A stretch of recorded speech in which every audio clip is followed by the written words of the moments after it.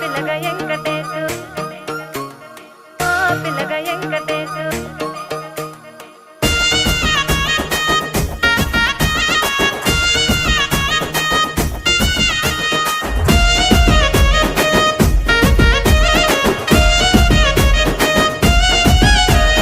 సిద్ధిరాల మనసు నాది చిన్నగా పోతుంటావో చూడక పోతుంటావో ఇంట్లో చిన్నదాన్ని నేను సిద్ధిరాల